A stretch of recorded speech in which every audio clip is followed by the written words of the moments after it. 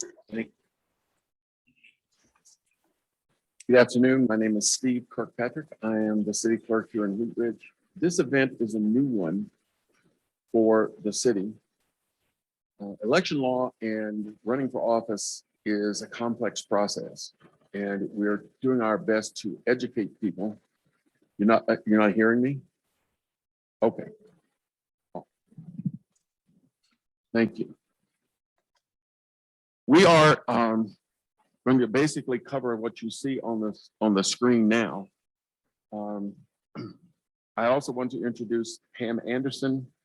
She is the former Wheat Ridge City Clerk and former Jefferson County Clerk and Recorder.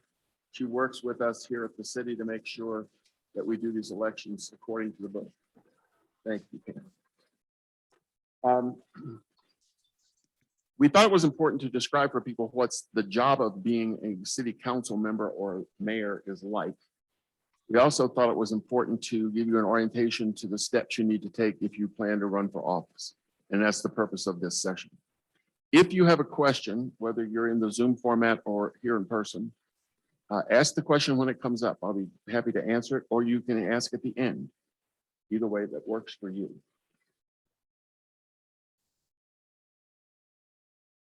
Let's begin with some homework, and we think this is important homework. Please go to the Secretary of State's website and look at her campaign finance manual and the state law. I urge you to do that because the clerk's office is strictly prohibited by law from providing legal advice, of course. So there are a lot of details in that document with the Secretary of State's office that deal with state and federal election law, which the city has adopted as its election code. We also have handouts, which I will distribute for you at the end of this session. There's a handout on what is involved in running for office, what is involved in serving for office, directions on how to circulate a petition, etc. Those will be available online soon as well. We're going to review the candidates packet and some of the forms, especially the campaign finance forms, and also review the petition circulators guidelines. The laws regarding petition signatures for the nominated candidate for office are very explicit, and circulators need to know how to be a good circulator and what to do in terms of making sure that the signatures they're collecting will be considered valid. I'll give you a for instance. Once in a while, we receive a petition where the circulator has disassembled the pages of the petition. Disassembling the petition from the way it was received from the clerk's office invalidates the whole thing. The second rule we have to be very aware of is that only one person can circulate one section of the petition. So the petition form has places with 30 signatures, and you can turn in 1, 2, 10, as many as you want. The minimum number is 25. So we urge you to get more than 25. People laughed at me because when I ran 2 years ago, I collected 90 signatures. But it's a good guarantee that you're going to have 25 valid ones. Eaton has entered the bingo. Good. These are the criteria that you have to meet to run for a public office in Wheat Ridge. The charter specifies almost all of this. You have to be a registered voter by the time you are nominated. That means by the time the petition is approved in late August. You have to be 18 years of age by election date. You must be a resident of the city of Wheat Ridge for mayor, clerk, and treasurer anywhere in the city. If you're running for a council seat, you must be a resident of that district where you're running. That has to be true for a period of at least 12 consecutive months immediately preceding the election. The election's on November 2nd. So if you have been living in Wheat Ridge since November 2nd, or technically November 3rd, 2020, on election day, you would have been living here 1 year. You must maintain your residency throughout your term of office. That is required by the city's charter. And you can't run for two offices at once. You can't hold a state office and a city office at the same time, or a county office and a city office. It's funny how they don't want people to have a conflict of interest. You can't serve more than 2 consecutive 4-year terms. So if you have served 2 consecutive terms, you have to wait at least 1 term before you can run for the same office again. Once you are termed out as a council member, you can run for mayor, treasurer, city clerk, vice versa.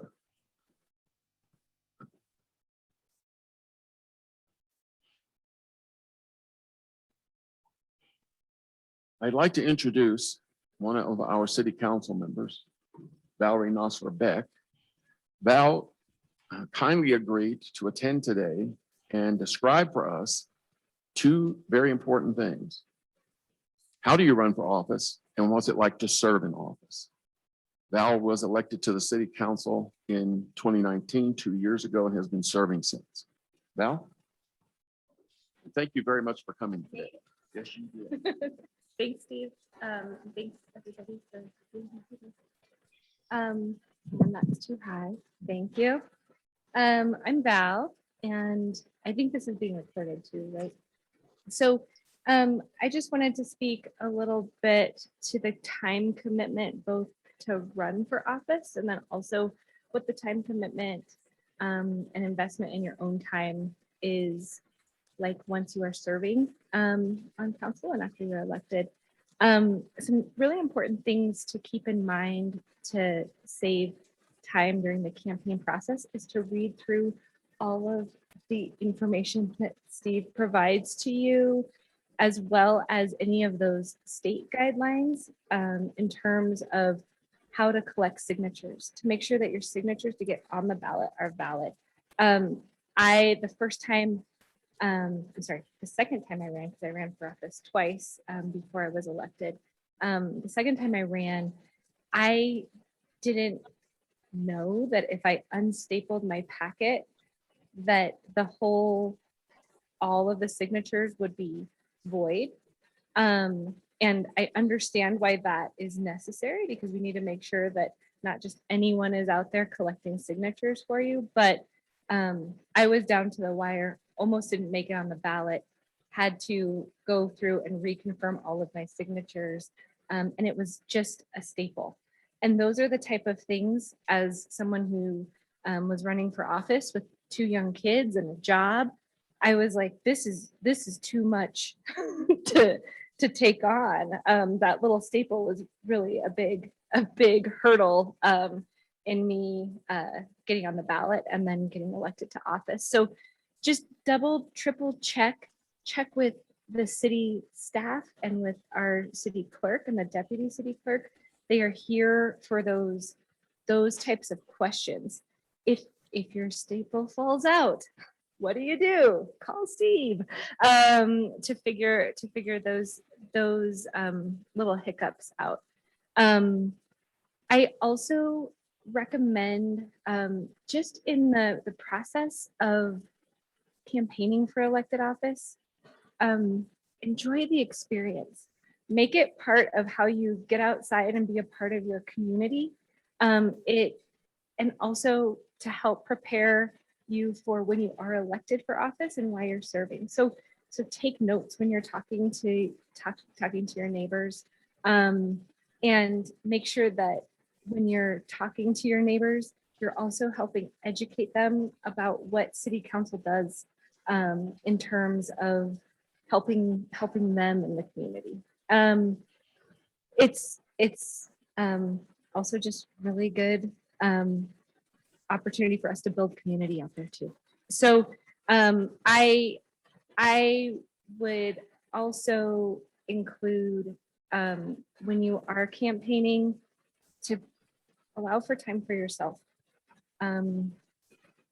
It can become all consuming and you find yourself just focused on what the last person said to you and how many things you need to get done before a specific date.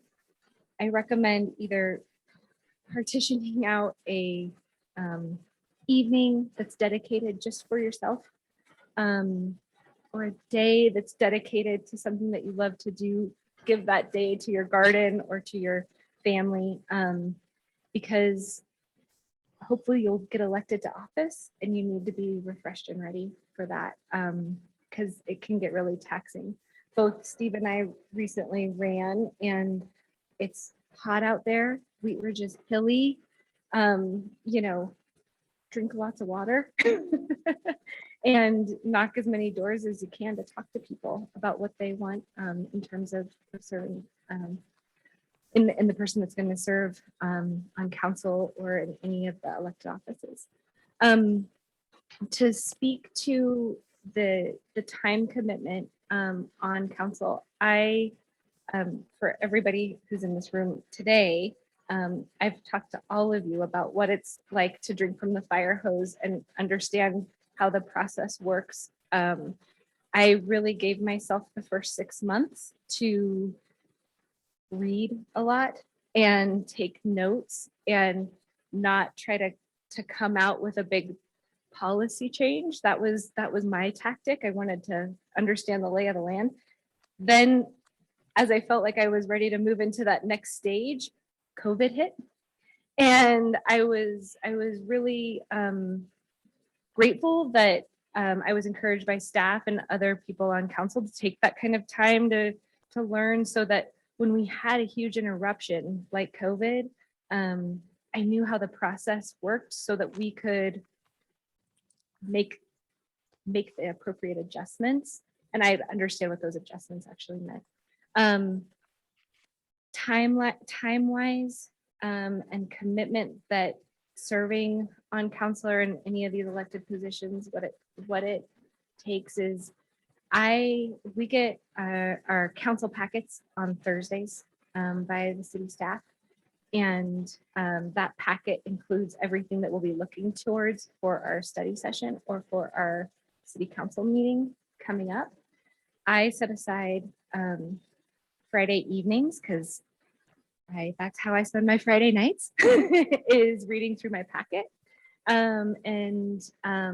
Luckily our staff is here. Then I usually will spend my weekend going through, if I need to talk to, I'll send a text message to staff sometimes over the weekend. They're wonderful about taking that, but also I'll reach out to constituents over that weekend to kind of work through that. Monday, if I have any other last minute questions for staff, I'll work through those on Monday. But I can really sustain that with a full work schedule as well. Sometimes I have to step out during lunch, or I might miss a ribbon cutting that's happening at 10 in the morning because I have a work meeting or something like that. But it's doable. And the whole staff is here. Other members of council are here to support you when you're elected, to help fill in any gaps, because we all have different schedules, and we really work together to make sure that we're covered. In terms of constituents reaching out and response time, I always try to get back to people within 24 hours if they email me or call me. And that's up to you what your response time is like, and if you want to meet with people in person or not. That gets to be where you define your own leadership style. You can host large town hall meetings, or you can do one-on-one meetings with people. That also is up to you. And it's pretty fun to kind of start to figure out how you want to be a leader in the community. So that's my brain dump. I realize I'm talking to people that I talk to pretty regularly in the room. So I think I'm not telling you anything you don't know about my experience, but I don't know if it's okay, but if you guys have any questions, I'm happy to answer them. Diddy.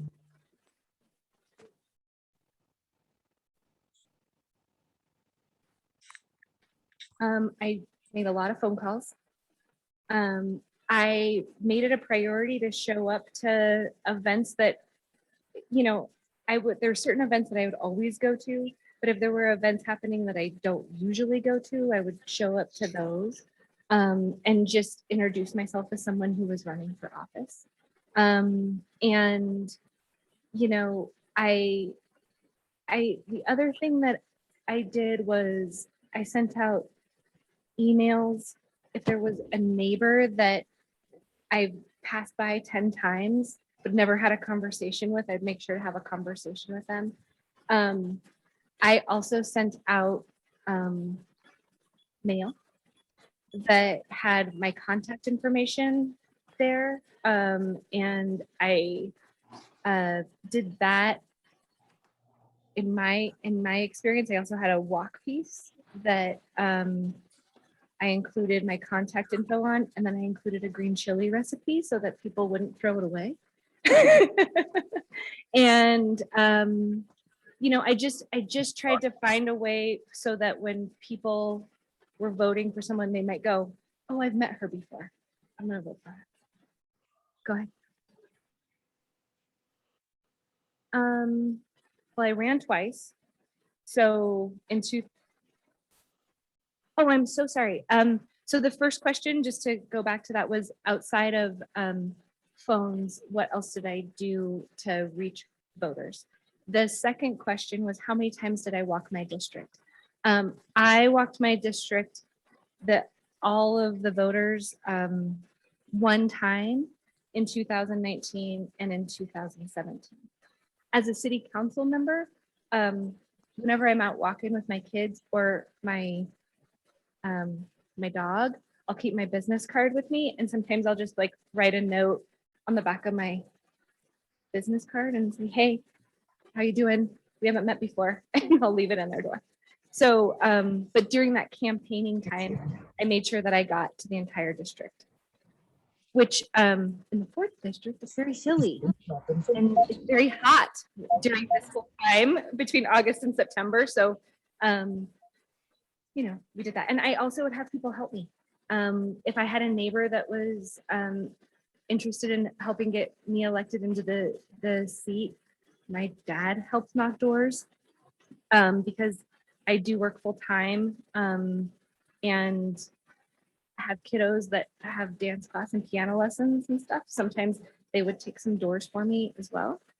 One thing I didn't mention before is that right before election time, I did take some time off work, like full days off of work, to go knock doors during the middle of the week, because that's when a lot of people who, you know, might not be around on the weekends or who I wouldn't catch during those normal times, they might be home.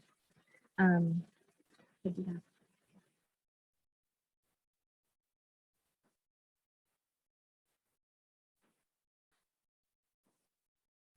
Anything else? I like to talk a lot, so if you have questions, my email and phone number is on the website, and I know I'll talk to Christine and Vivian sometime soon.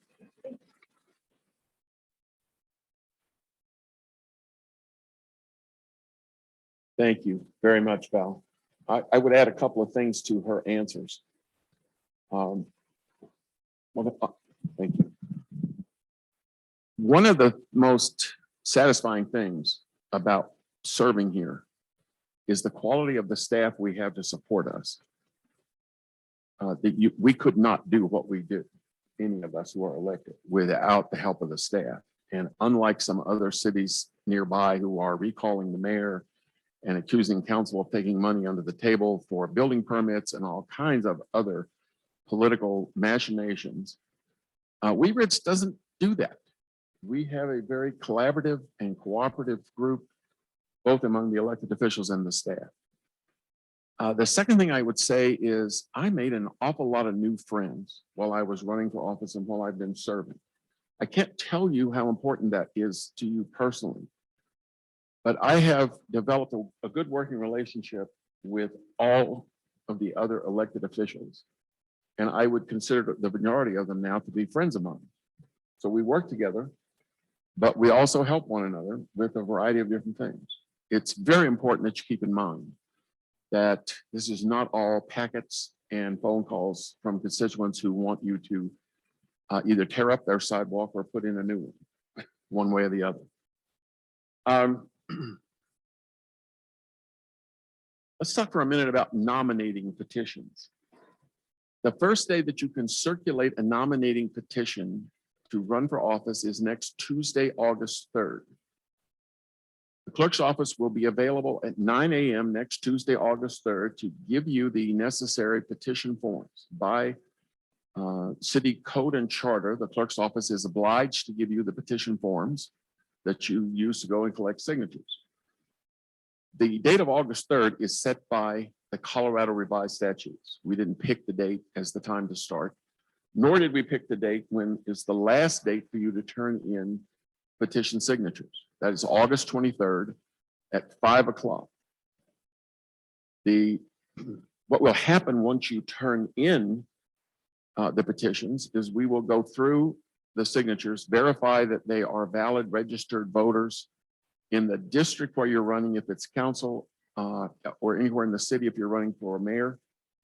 And we will get back to you no later than the 23rd. If we see a situation where we think you need to cure your petition. So if you turn it in at 5 o'clock on the 23rd, we will be looking at it that evening or the following morning or both. And we will get back to you. You will have until Friday, August 27th, I believe that's a Friday, to quote, cure your petition. That simply means you go and collect more signatures, or you show me evidence that some signature we have rejected should have been accepted. If you are successful, then we will let you know and your name will appear on the ballot unless you withdraw your name for some reason. Be careful to think about the name as you want it to appear on the ballot, because we will ask you early in the process to tell us exactly how we want your name to appear. You cannot put academic degrees or professional certifications behind your name. You can use a nickname. So you could list your name on the ballot as John, quote, Jack, unquote, Smith, if your name is John Smith. Or you can use your full legal name, however you want it to appear. It must indicate clearly who the candidate is, obviously, but how you do that is up to you. We also are including in the packet we have today, petition circulators guidelines. This is a new document that we created with Pam's help because we want to make sure that people who are helping you to circulate petitions know exactly what they have to do and when they need to do it. That's very important that you remember each section of the petition must be collected by one circulator. As I said earlier, you can have 10 sections with 4 signatures each, or you can have 1 section or 2 sections with 30 signatures each. But a single person has to sign an affidavit when they present the petition to the clerk's office, saying that I am the only one who circulated this petition and I obeyed the law when I did it. And the petition form says very clearly to the voter what they're signing. That is required by state law. And so I just want to make sure everybody understands as much information as we can possibly give you about how to do that correctly. You will probably be collecting signatures at doors or supermarkets or public events. We've had people who take petitions with them when they go to worship. That's fine. Just be sure the people who are signing are duly registered Wheat Ridge voters who live in the right area. They must live in your council district if you're running for council. They must live in Wheat Ridge if you're running for citywide office. Are there any questions about any of that right now? Okay. Yes, sir.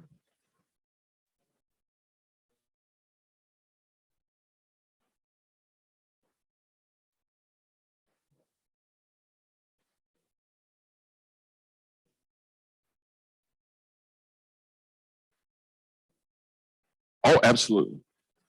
You would need to turn in. Well, I apologize for any misleading. You can turn in, as I said, many sections. Each petition form has space for 30 signatures. But you could turn in one that has one signature on it. You could turn in one that has 30 signatures on it. What we're urging you to do is collect enough with enough sections more than the minimum 25. Yes, and they need to be submitted at the same time. So, I'm sorry, say the question again. Yes. No. Right. And if you do this early in the process, during the process, and we have more time to review your petition signatures, we will alert you that you need to cure it as soon as we discover that. My experience has been if you're collected between 45 and 60 signatures, the chances you won't have 25 valid ones are pretty small. Did I answer your question, sir? So maybe thinking of it this way, a petition is made up of several potential sections. That full petition, all sections included, must be turned in at the same time. So a petition section can be circulated by a certain person, but you need, as a candidate, to submit all of those sections together at once, because that's considered a single petition. You must have a minimum of 25 for that entire petition.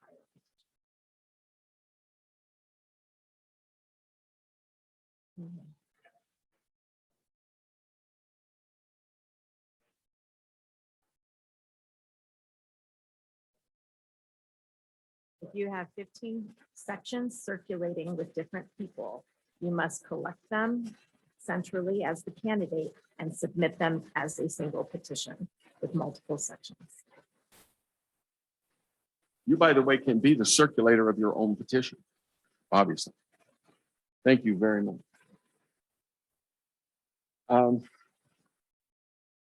We want to emphasize a few things about signatures on the petition. What are we looking for? We have to be able to read it. Now that sounds silly, but we reviewed almost 2,600 signatures a year ago for a referendum petition. And the number of places where we had to guess what the person's address was or what their legal name was way more than you might expect. Every one of the boxes on the form where you sign the petition must be completed.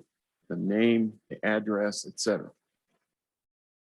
It is also important to put the date that the person signed the petition.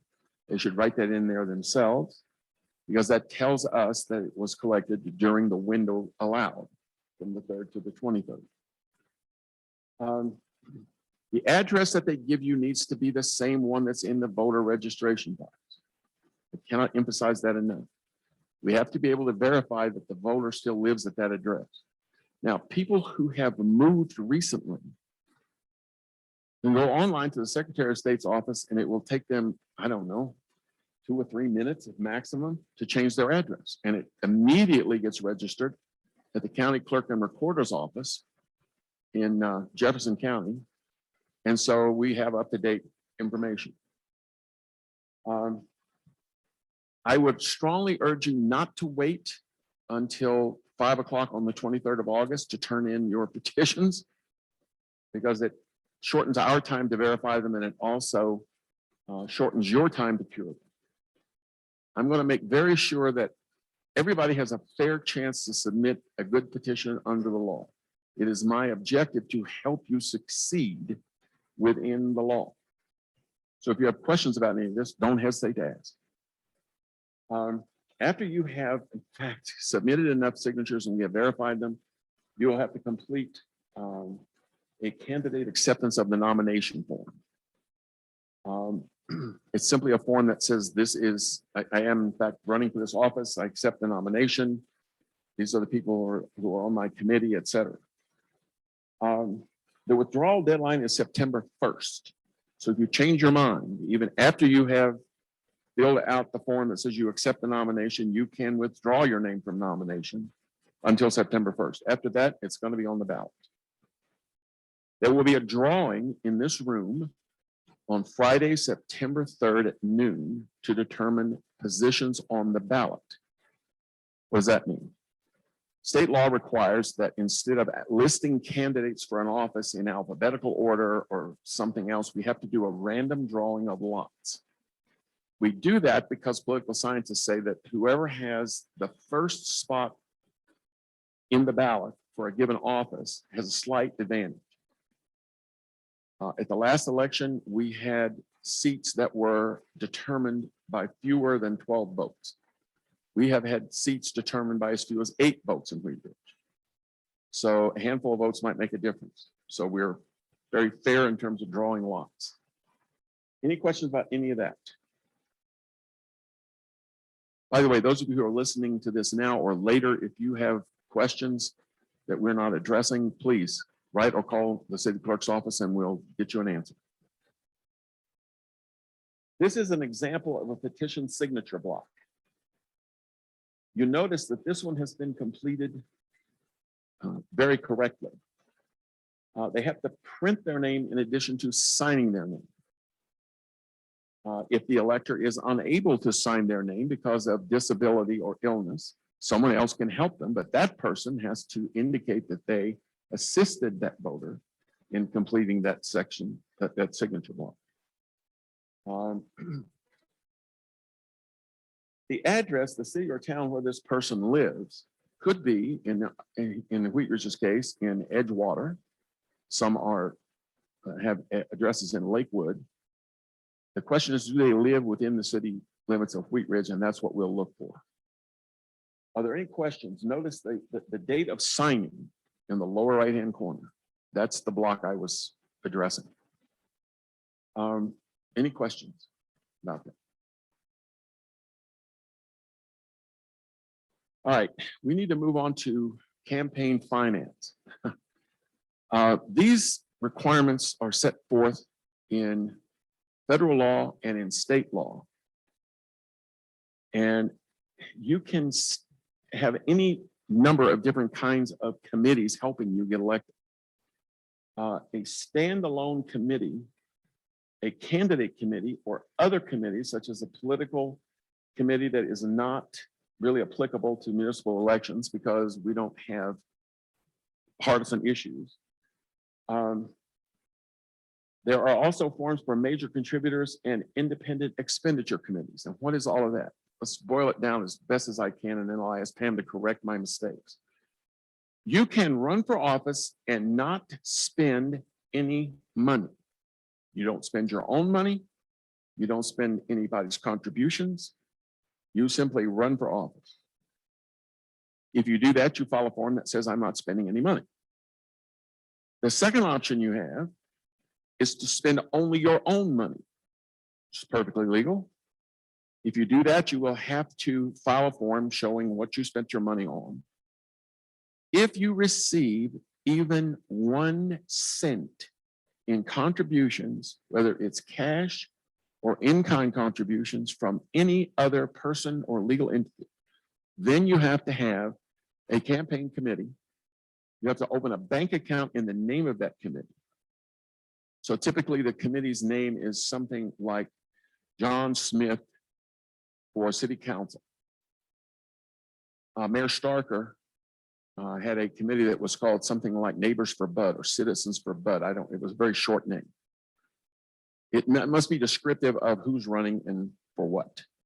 You can't call it the Sustainability Wheat Ridge Committee because that's not what it's about, obviously. When do you become a candidate? Well, if you tell anybody in the public or make a public announcement, whether it's online or in person, to a group of people, or you begin walking around collecting signatures to put your name on the ballot, you have committed a public act that makes you come under these campaign finance laws. You have 10 days from that point. So the latest point for anybody who's actually running would be 10 days from next Tuesday. You need to file your candidate committee form. Those will be available online. We also have samples of them. And you'll need to go and open the bank account.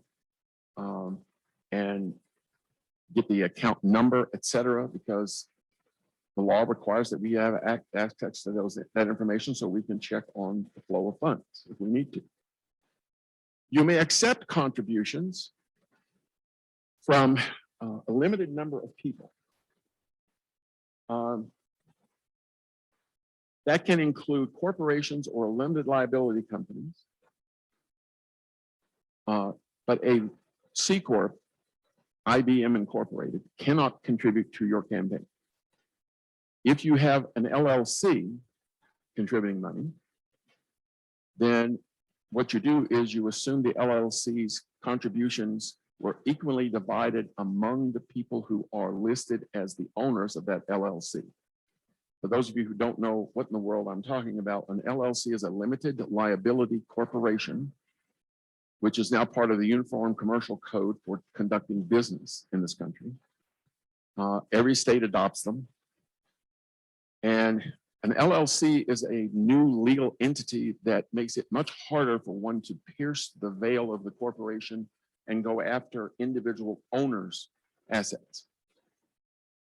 An LLC is actually treated more like a partnership than a corporation for tax purposes and legal purposes. If you have questions, please consult the Secretary of State's website on this or the information we're going to provide you. If you're not sure, you may need to ask an attorney for advice. That would be rare and unusual, but I can't give you advice. All I can tell you is what the law says. Pam? So there is that campaign finance manual that you can read on the Secretary of download and read with the Secretary of State's website.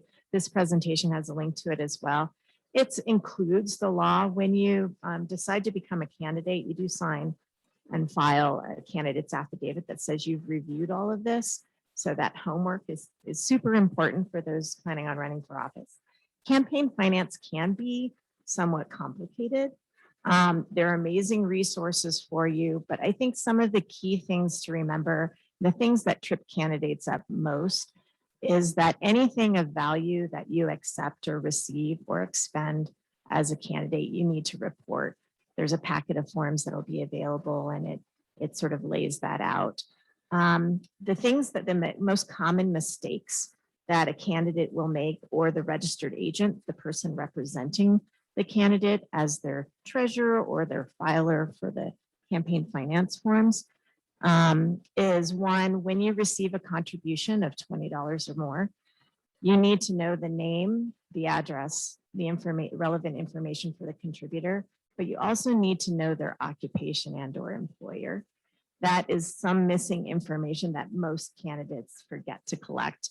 The easiest way to do that is to have envelopes printed up with that information and make sure any checks have all that information enclosed with them. The other thing is that you can't accept anonymous donations of $20 or more. So you could accept a $5 bill from someone, and that would be a miscellaneous contribution that doesn't need to be attributed, but don't recommend collecting cash. It becomes extremely difficult. In order to be transparent and accountable, you're going to want to do that. Making sure you're complete in your forms when you're filing them as you look through them is also a key element of campaign finance. Steve's going to go over a few more things about prohibitions, but yeah, just refer to the resource manual, as well as you can call the city clerk's office if you have a particular thing.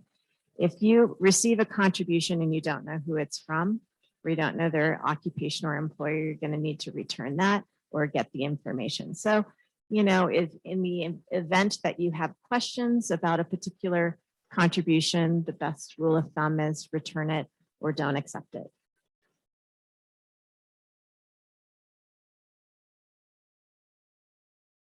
Contributions of less than $20 must be reported but not itemized. So, as Pam said, if you get a $5 bill from somebody, you don't have to list their name, etc. $20 is the limit. So if someone hands you a $20 bill You have to list their name and address as the contributor. I can't emphasize enough what Pam said about non-monetary contributions. I had people during my campaign who donated food or other kinds of services. I had to list those on the campaign finance form and account for their value. If a person gives you $10 today and $15 next week, you have to report them on your form because they've given you more than $20. Doesn't matter if they do it all at once or in several different tranches, it's got to still be reported. If you have questions about this, please consult the manual at the Secretary of State's office, and we will try to get you the right information at the right time. When those forms are submitted, they must be submitted on time. There is a calendar online that tells you when the first campaign finance report is due. It's 3 months from now in October. We will review them, and if there are any issues, we'll ask you to resubmit them. State law says that if you are late submitting a campaign finance report, the city clerk's office is supposed to fine you $50 a day for the late filing. I think that's a problem you would like to avoid, if at all possible. It is considered submitted when it is in the hands of the city clerk's office. When we receive them, you can drop them off in person.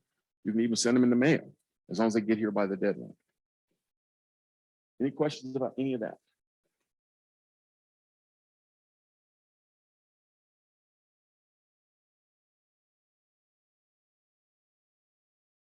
I think I went too fast there. These are prohibited contributions. You can't take money from another candidate. You can't take money from a C Corp, IBM Incorporated. You cannot take contributions from any person or entity who is not a United States resident citizen. You can't accept anonymous contributions of $20 or more. You have to disclose the person who gave you the money. And there's a detailed information on how you submit LLC contributions. Basically, what it says is if there are 3 people listed on the Secretary of State's website that are members of that LLC, and they give you $100, what you do is you report $33.33 from each one of those 3, and pick one to contribute to $33.34 to make it $100 even. But you get the picture. Oh, sorry. They will have said in the Secretary of State's file, I own half of this, so-and-so owns a quarter, so-and-so owns a quarter. That's how you allocate it if it's not equal. More often than not, it isn't equal. And I appreciate Pam's reminding me of that. Any questions? Really important filing deadlines. Major contributor independent expenditure reporting window starts. If you receive a contribution of $1,000 or more, $1,000 or more from any entity, you have to report that within 24 hours to the clerk's office. Why do we do that? Because we have to disclose those contributions immediately so that people know who is supporting the candidacy. October 12th is the first campaign finance report, and it will cover the period up to a few days before that reporting deadline. Then you'll submit a second one on October 29th that covers the period since the first one. And then, of course, by December 2nd, you must submit a final report.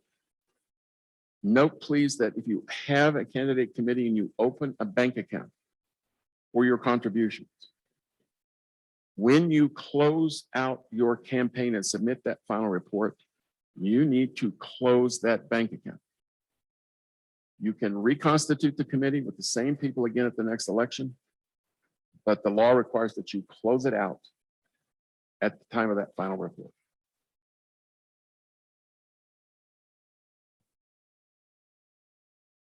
The calendar is in your candidate packet. It's also up online as soon as Sarah Spalding finishes putting it up this morning or this afternoon.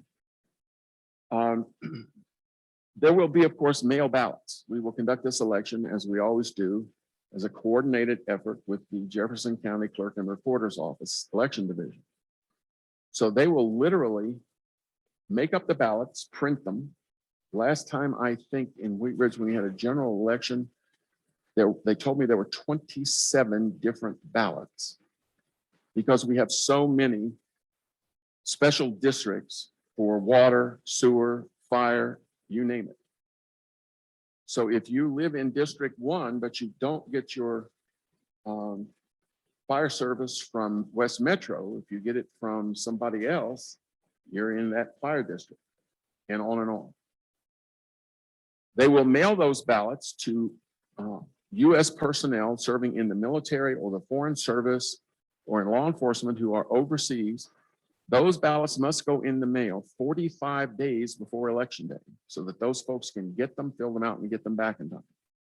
There's also a 7-day period after Election Day during which they can still arrive back at the Clerk and Recorder's office.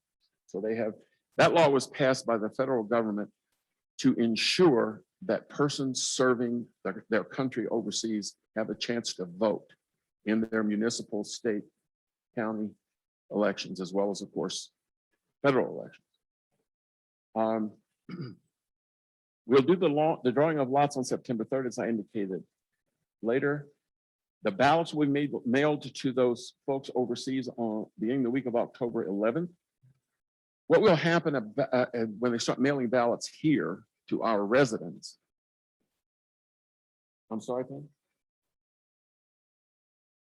Sorry, I got the dates wrong.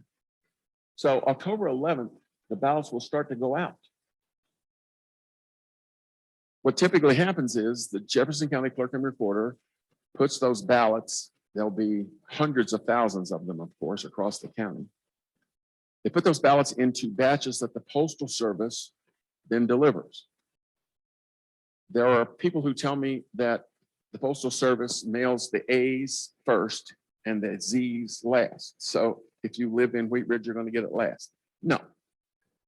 They're mailed in batches based upon zip code and so forth, not the name of the city where you live. As a matter of fact, ballots arrived in my neighborhood the day after they mailed them the last time, not a week later. Any questions about the dates? You can literally walk up to a voting center, a polling place in common parlance, and register to vote on election day. Colorado is one of the few states that allows that. And you can still vote as long as you're qualified to be an elector. You have to have been living here for a minimum, is it 22 days? You have to have been living in the city and the district for 22 days. But if you're not registered, you can literally walk in that day and do it. Any questions about that?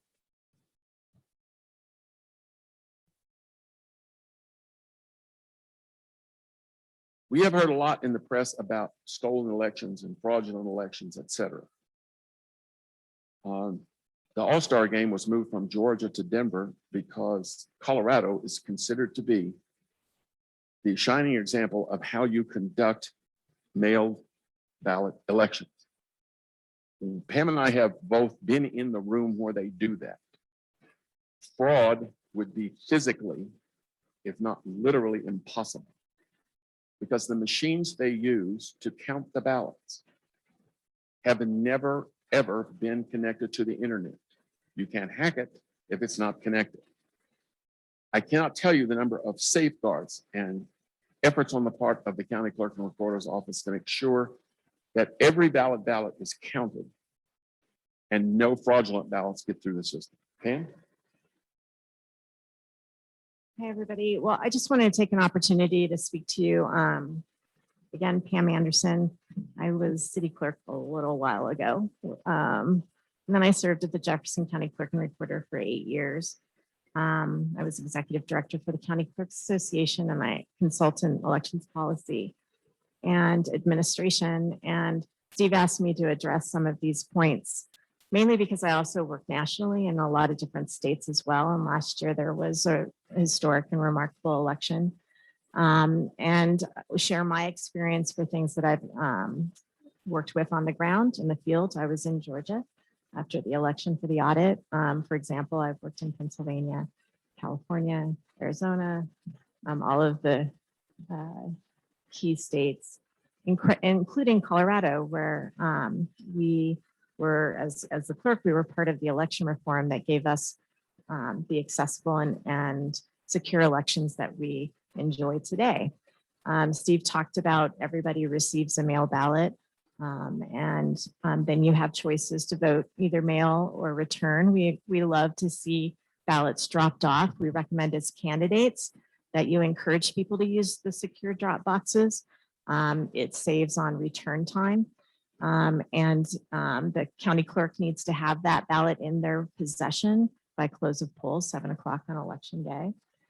2020 was the most secure election in my experience. I've been doing this for over 20 years and verifiable nationally that I've ever seen under really extraordinary circumstances that we were all working under with COVID. The primaries in different parts of the country were a little bit rocky. We had trouble finding poll workers due to public safety and health considerations. We lost polling locations across the country. But one of the things we have evolved to where 90% of the voters vote on a paper ballot, a voter verified paper record from electronic voting. And that paper record gives us the opportunity to audit these elections. And I can tell you that between that and some of the cybersecurity precautions that were put in place as a result of what we experienced in 2016, it was the most secure, successful, and frankly, quietest election we've had with the highest amount of voting that we've ever had. So I'm quite proud of all of the election officials across the country that really did remarkable work.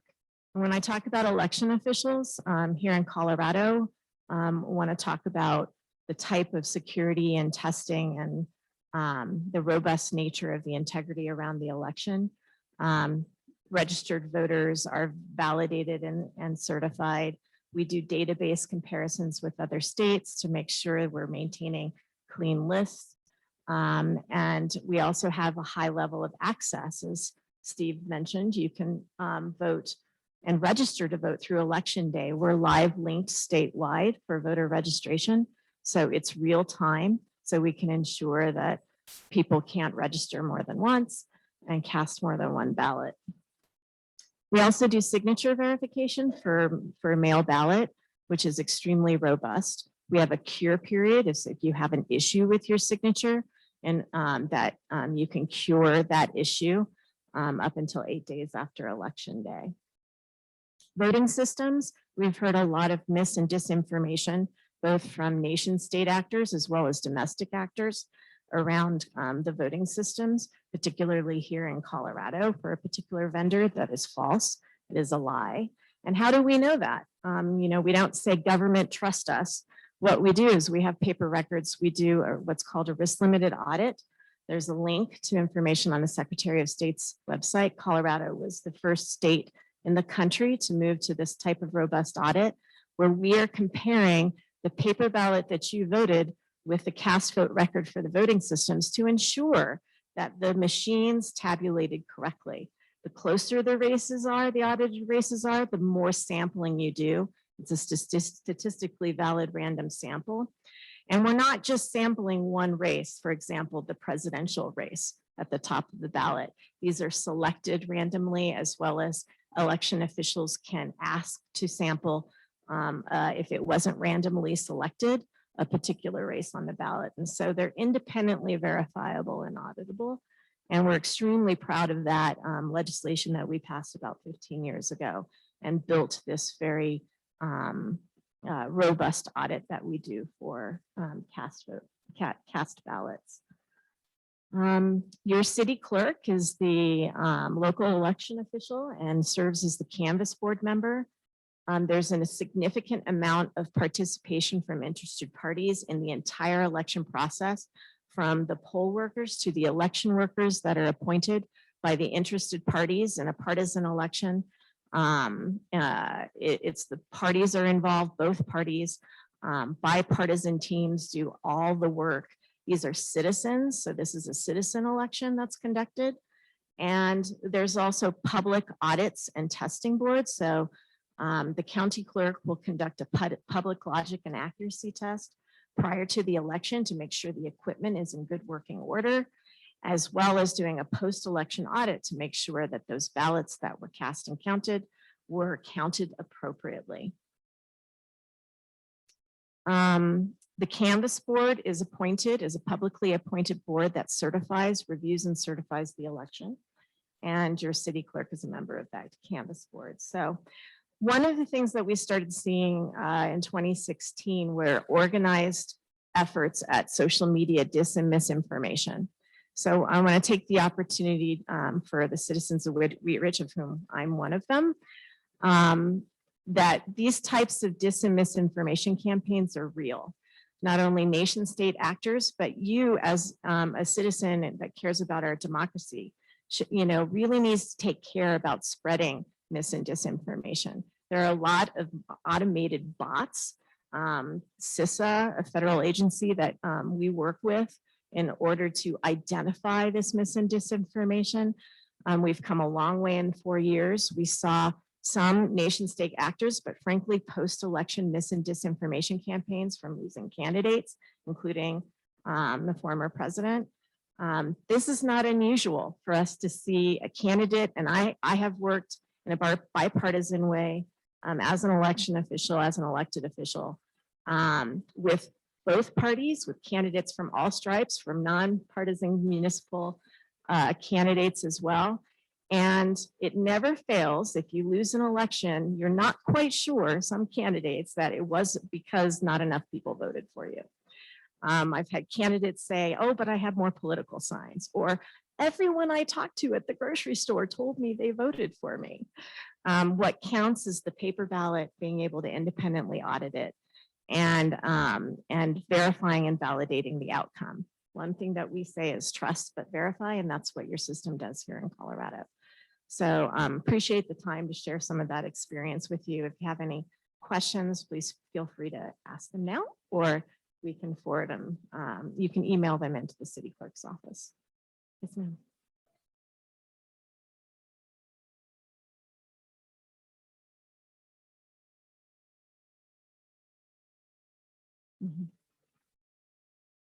Yeah, so the question was, are all elections as good as Colorado elections? I'm gonna paraphrase that a little bit. And you'll often hear election officials here in Colorado say we're the gold standard, and I think that is absolutely true. Our reform evolved to where we are today. And to do that, you have to pass legislation. And so often states are going through that process. All elections are local. We have federal law that we ascribe to, particularly around voting equipment and accessible voting and military and overseas voting, as Steve mentioned earlier. But the legislatures need to be on board with passing some of these reforms. And what we've seen over the last 10 years is states really move in that direction. So for example, voter registration databases. There is a program that states can join, a consortium of states where we do database matching to do cross-state registration checks to make sure that we're cleaning our list appropriately. When we started doing that in Colorado, we were a founding state. There were 8 of us here in the country that did this. Now there are 40. And so we have seen, which is why I say the most secure and verifiable election you can see to date. Different jurisdictions utilize different methods of voting, whether they have the same level of absentee that we do. There's very few that proactively send a mail ballot, but we saw a high increase of absentee last year due to COVID and public and health and safety concerns. And so that has increased not only in utilization because of the crisis, but also because of its popularity with voters. And so some of the reforms that you will see continue to grow that California has adopted, and Oregon and other states as well. I think you'll see growing in some other states that may not have experienced it to the degree they did last year. You're welcome.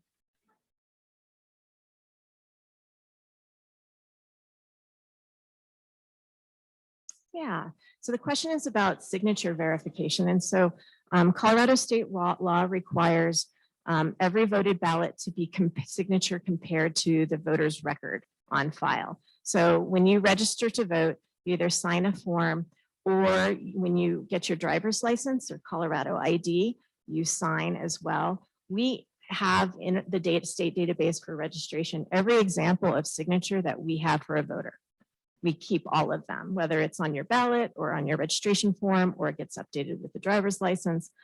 And that record gets compared by bipartisan teams of election judges, utilizing all that information. Both judges have to agree that the signature doesn't match.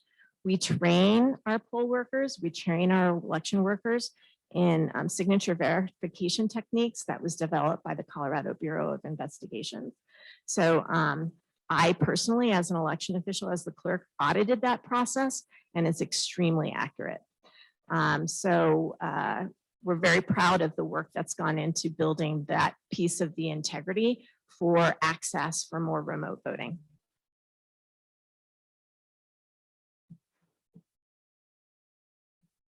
Thank you, Pam. I would add to what Pam said. In Jefferson County in the 2018 general election, when we elected the governor, Secretary of State, et cetera, out of in excess of 400,000 ballots in Jefferson County, there were 4 ballots that were referred to the attorney, the district attorney, for investigation. All 4 of them were found to be errors, not attempts at fraud. The fraudulent ballot rate across the state of Colorado, and we're now talking about 3.5 or 4 million votes, is less than 1/1000th of 1%. I'll take those odds. I personally participated in a dry run of the audit of the ballots at the Jefferson County Elections Division. Secretary of State had us run a practice session before the 2019 election and another one after the election was completed. Secretary of State randomly picks a batch of ballots in an office and says, you sit down and hand count these, what is it, 30, 40, 50 ballots? I don't remember. It was, yeah. And our hand count had to match the machine count exactly, or we had to go back and do it again. We didn't find any errors in either the practice or the real session.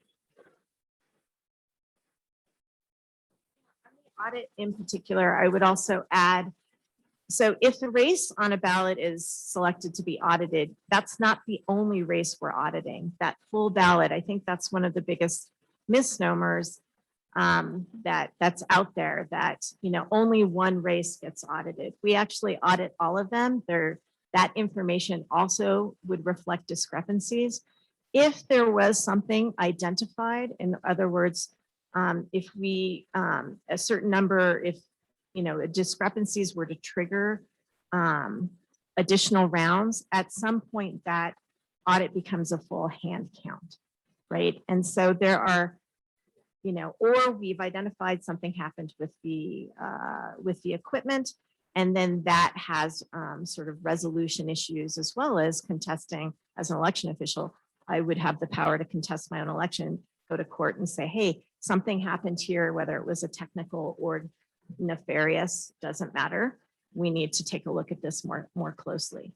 Again, what we do, all of the things around an election, whether it's chain of custody and bipartisan teams, paper records, all of that. I would also point out that all of this information is public and accessible and available, including with the exception of ballots that are cast that need to be redacted for privacy reasons.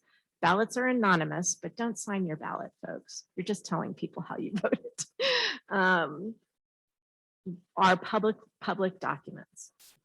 So people can independently verify it. Now, in Jefferson County, that's a lot of ballots, right? That's a big project, but we've already done that within a scientific and valid random sampling of the election. So voters can have confidence in the process. Thank you, Pam. What questions do any of you have? Yes, sir.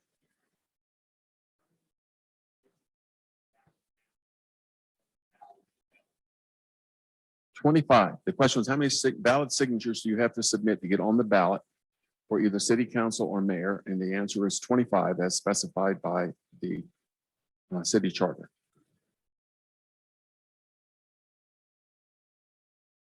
No. We're sure that the founding grandparents of Wheat Ridge way back in the day wanted to encourage people to serve. So they didn't want to put up a big barrier of having to collect 100 signatures or something. I'm sorry? It's this in the state, you need a whole 10. Our own local code, we are what is called a home rule city with a list of exceptions like criminal law. We can override much of what the state law says about how you operate a municipality. So if you are a statutory city or town, meaning you don't have a home rule charter, your municipal elections are held in April by law. We chose to put ours in the November cycle because we're a home rule city and we knew we would get more participation in November than you would in April. So that's an important distinction. It's a good question. Thank you. Are there any other questions? Amber, is anybody online raising their hand to ask a question? I guess Amber has. stepped No, up. Steve, we haven't received any questions. I don't see anyone raising their hand. Thank you. If there's nothing else for the good of the order, we will end this recording, and I have some packets to give the 4 of you who are here. Thank you all very much for coming. I hope you decide that it's worth the effort to serve your community. Call or write if you have questions. Thank you.